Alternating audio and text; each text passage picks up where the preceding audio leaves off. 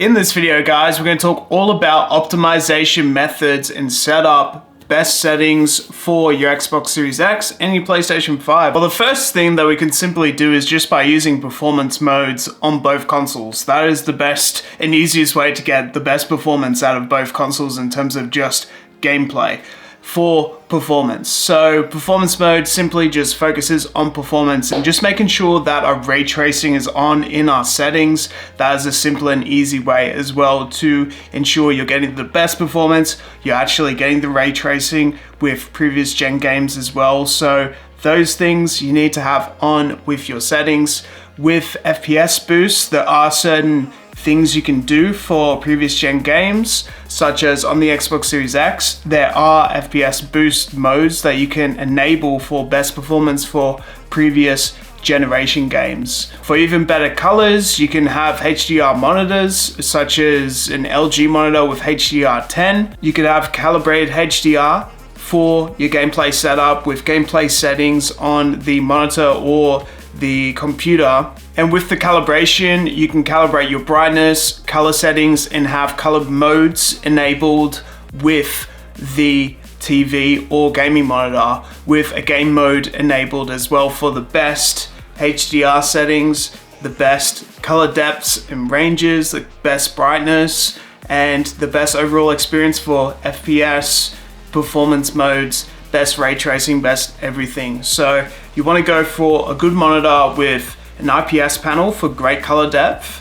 You want to go for something that's affordable with 4K, Ultra HD, FreeSync enabled, so you can reach those highs of 120 FPS.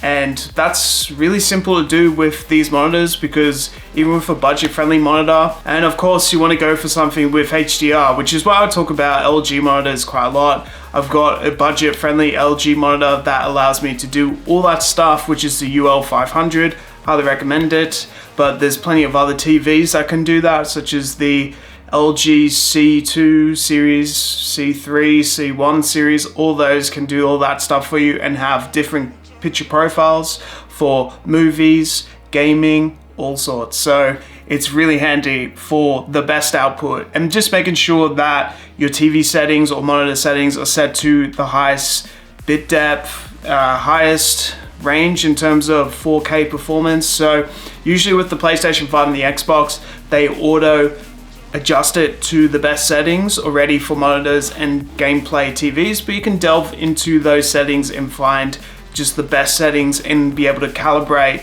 HDR through that as well. And when you load up games for the first time as well, they normally allow you to calibrate your settings even without HDR. They normally can allow you to calibrate the brightness. Those are things you can do instantly to help boost the best performance. Now, there's other ways to also boost the best performance. Just getting rid of unused games. So if your storage is more full, you're going to slow down your machines. Using internal storage will actually help you with transferring data and being able to play games off of it in the fastest way. So internal storage for the PlayStation 5 and Xbox are a little bit different.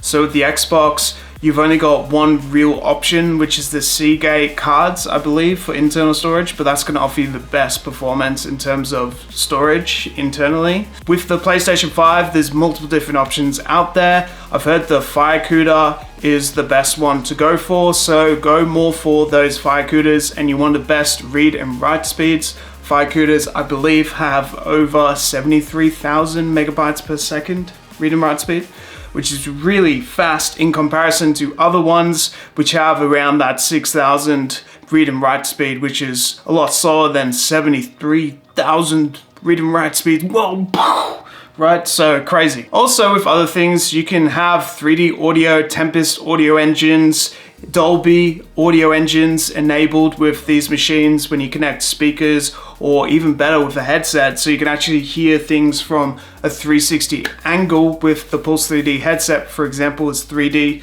audio, for example. So that's a great way to also take advantage of the drivers for the best audio performance inside of these consoles.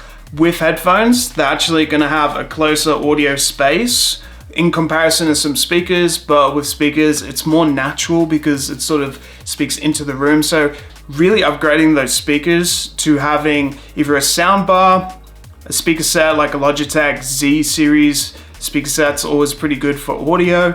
Getting the first party or really good third party SteelSeries, for example, with the PlayStation, they've got their own PlayStation headset range. The Xbox, they've got their own headset range as well. Controllers, we've got updated controllers for both. We've got the Elite Series 2, which is one of the best controllers ever. That way you could have full remappable buttons, customizable joysticks, all sorts with that. And with the PlayStation, they've got their own DualSense Edge, which will allow you for really good performance for your controllers as well, with really long lasting life. There's a whole bunch of accessories such as plain charge kits. You've got the DualSense dual charger kits as well. In terms of network settings, you can go into your advanced DNS settings and find, the perfect DNS settings for gaming as well, which is really advanced, but you can do simple things with networking. So for example, if you're streaming, you can actually go into your background app settings and make sure there's no other background apps running to have the best sort of settings towards that one game. For example, for when you're streaming, you could actually use Ethernet cables and connections such as a Cat6 Ethernet cable, which allows just the latest connections. There's other things we can do as well, such as just getting routers connected to the modems around the house and stuff like that. I've actually discussed all this on my channel in previous videos as well for the best network connections for your Xbox and PlayStation 5. Those are also other great things to consider when looking into better performance and speeds for downloading and uploading streams from your PlayStation 5 and your Xbox Series X as well. For the fastest startup times, you can allow both to have rest modes. So putting on the rest mode will just allow us to boot up in a couple of seconds rather than 30 seconds from cold. I don't know, it risks electricity bills being higher and stuff like that, but definitely if you want fastest boot up times, then putting it on rest mode allows us to still download games in the background, still be able to use the console quickly and get straight back into gaming as well. So that's really good too. So yeah, overall, I've gone through a lot of stuff from storage, monitor settings, performance settings, storage. I've gone through accessories. I've gone through a lot of different stuff. Please let me know your best settings and best ways to get the best performance out of both of these consoles. Thank you so much for watching. See you guys next time.